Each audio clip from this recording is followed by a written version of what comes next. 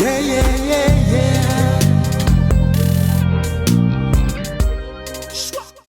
Greetings, all Lomayesva crew. I'm Casper Lomayesva from the Hopi Nation.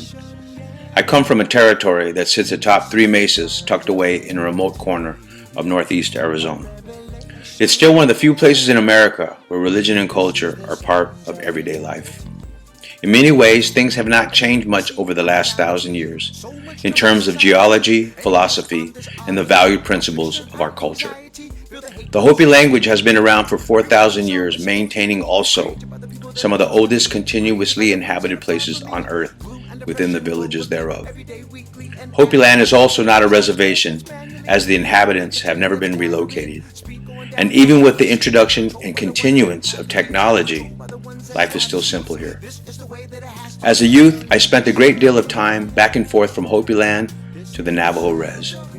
My mother is Navajo from the Bitterwater clan, and my father was Hopi from Masau, or Fire clan. My grandfather, Senki Lomayesva, on my dad's side, however, had the biggest influence on my life. My kwa was from the Sun clan, and his teachings throughout my lifespan were instrumental in my everyday endeavors. Not only as a lyricist, poet, and musician, or the many titles that have followed me throughout the years, but as a human being.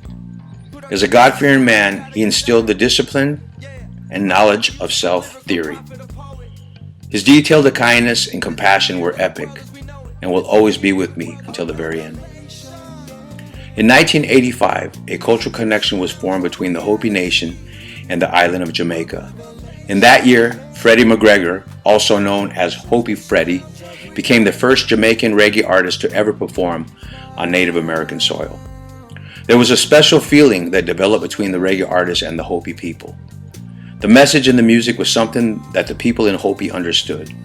As a result, reggae in Hopi land was born.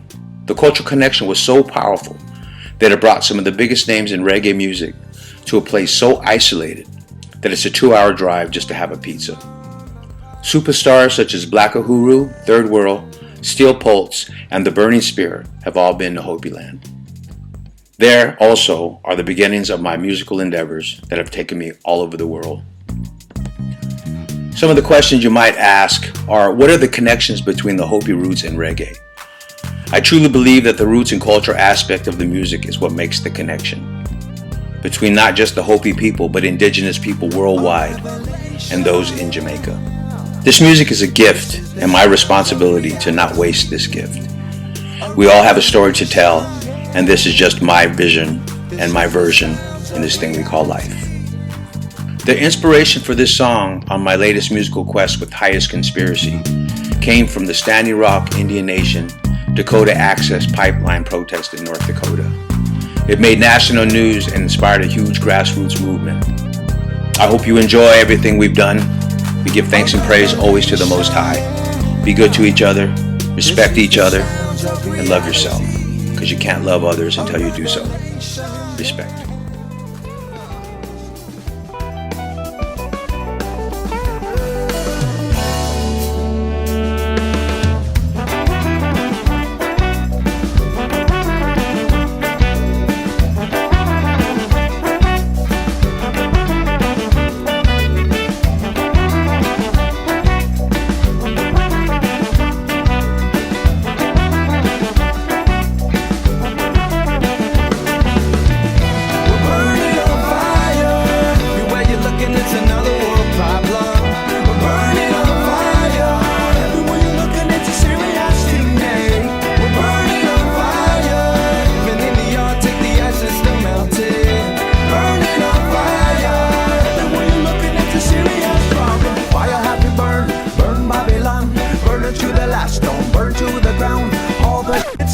Talk of the town, burn all you greedy motherfuckers around. Burning desire, lyrical fire.